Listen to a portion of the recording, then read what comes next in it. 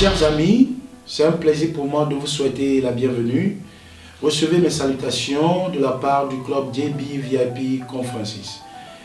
Nous sommes arrivés à la fin de notre série des 7 prisons de la conscience et aujourd'hui, je vais clore cela avec la dernière vidéo qui est la 7e prison de la conscience que j'ai dénommée la conscience insane.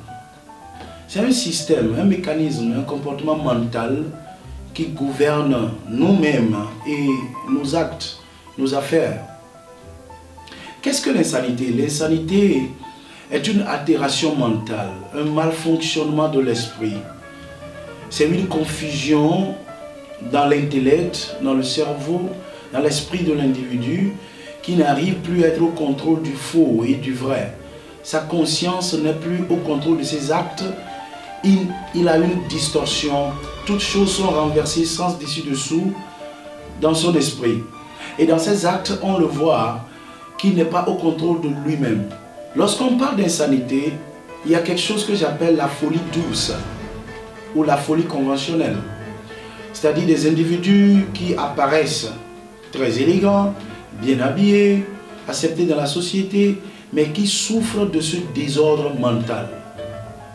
L'insanité a des caractéristiques très importantes et qu'il faut que nous sachions ici. Celui qui est sous le désordre mental, d'abord, il a l'amour des croyances destructrices.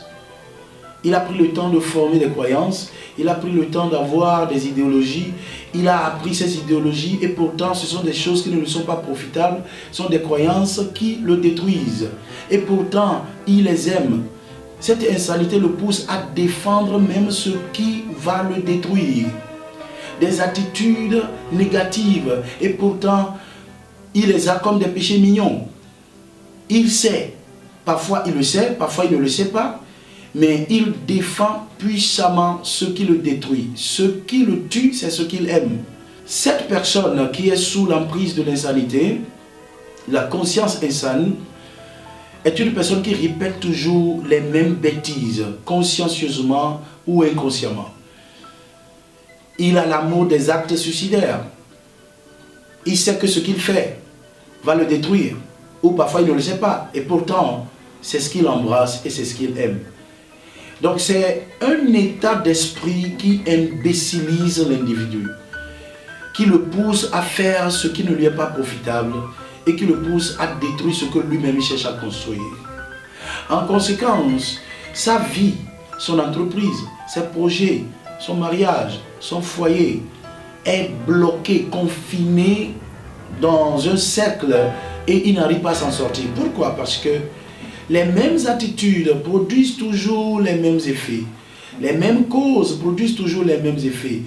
L'état de conscience, s'il ne change pas, produira toujours les mêmes conséquences, les mêmes résultats.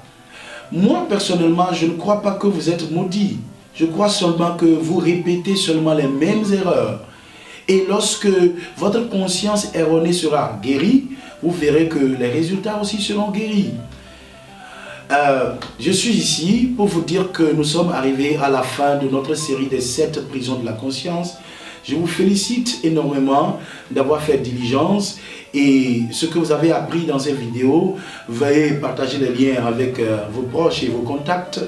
Et s'ils ne se sont pas abonnés à notre chaîne YouTube, demandez-leur de faire cela et qu'ils aiment aussi notre page Facebook et qu'ils nous suivent sur Twitter. Déjà dans la vidéo prochaine, nous allons commencer une nouvelle série. Merci beaucoup. Félicitations.